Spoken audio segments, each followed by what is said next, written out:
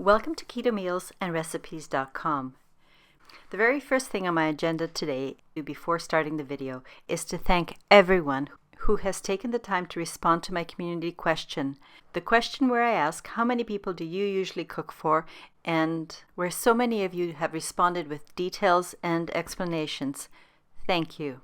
Your answers are helping me to decide which recipes to feature and what to cook in the upcoming videos.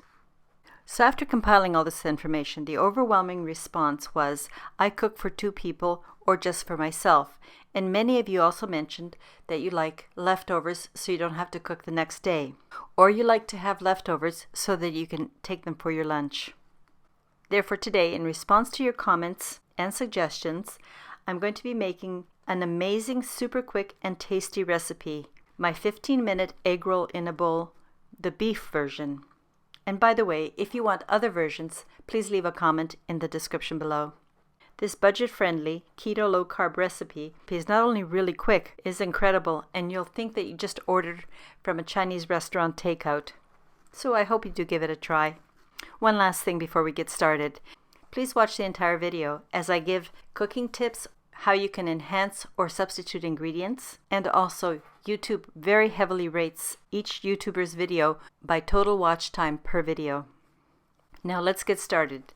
The macronutrient ratio for each serving of my 15-minute egg roll in a bowl beef version is 2.5 to 1, with 7.7 grams of total carbs, 2.2 grams of dietary fiber, resulting in 5.5 grams of net carbs per generous serving. In preparing any Asian food, how you cut your ingredients to prepare them really matters. So let me show you how I prepare the ingredients.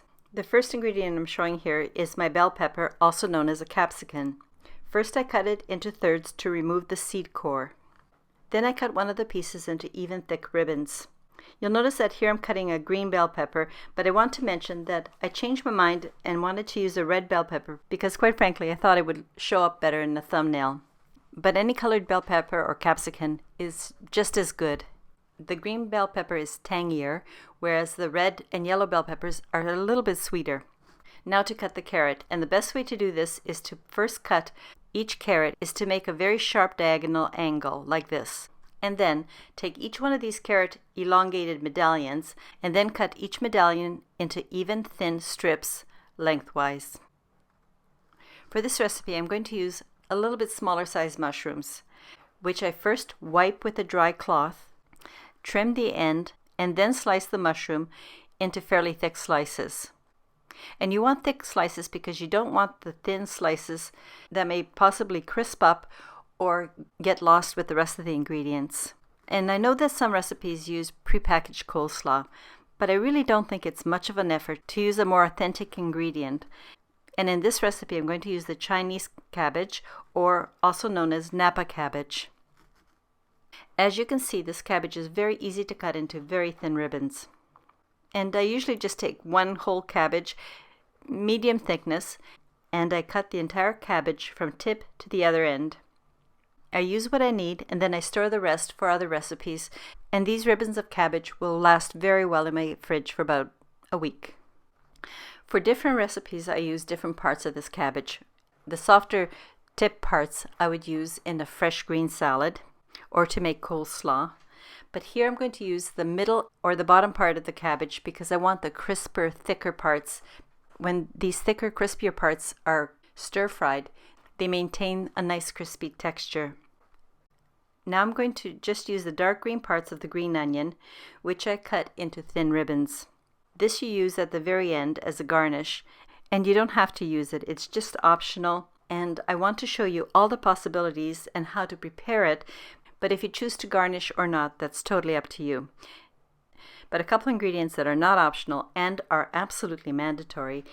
The first of these is ginger.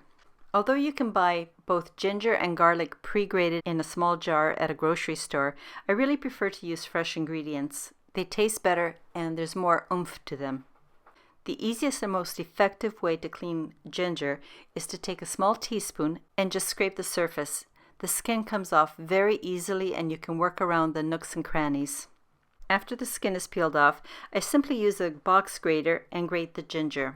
You'll notice that as you're grating, a bit of liquid pools down at the bottom, so try to scoop that up and toss it into your pot. This will add extra flavor. And I also grate my garlic in the same way using the box grater. Now that I've prepared all the ingredients, here's what they look like. Now before starting the actual cooking process, I just want to mention that since this recipe is based on a Chinese Eggroll recipe, which I adapted from one of my many cookbooks, I'm going to use a Chinese spice blend called Chinese 5-spice. This is a really interesting spice blend, and if you'd like me to feature more recipes with Chinese 5-spice, please comment below.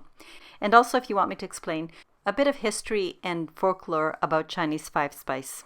I love food history, don't you? And although you can substitute with other spices, it's this spice that makes this recipe taste authentic and very special.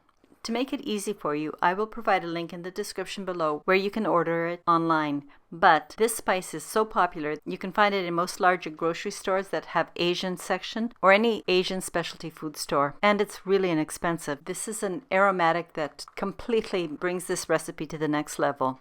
So let's begin.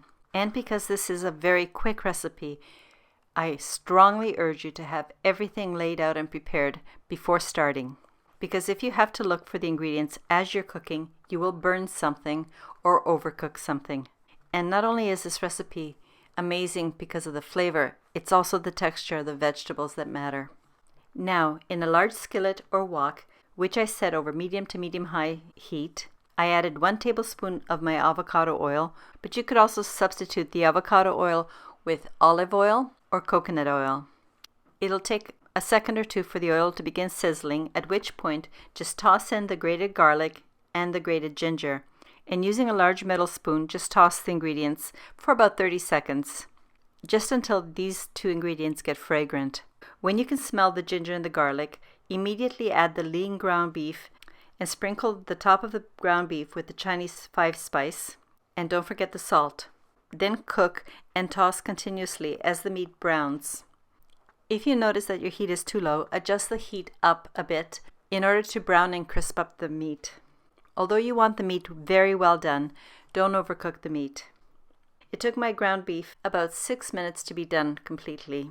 And when your ground beef is completely done, take your metal spoon and scoop out the beef mixture and place on a plate and set aside for a moment. Next, to the same skillet or wok, add the remaining table of avocado oil or coconut oil. And when your oil is heated, add the carrot matchsticks, the bell pepper or capsicum slices, and the sliced mushrooms. Add the thin ribbons of the Chinese cabbage, aka Napa Cabbage, into the pan on top of the other vegetables, and toss and cook for about 2 minutes. Next, drizzle the sesame seed oil on top. The sesame seed oil gives it that really nice Asian flavor and smells wonderful, so don't skip it. And then use your metal spoon and toss to combine all the ingredients. And also add your tamari, or if you prefer, or don't have tamari, you can use coconut aminos. I've tried the coconut aminos and they're good for some recipes, but in this one I really do prefer the tamari. But again, this is your recipe, so use the ingredients that you have on hand. Toss all these ingredients together so that the flavor is distributed evenly, and continue cooking until the vegetables are tender but still crispy. The total cooking time for the vegetables is about 3 minutes.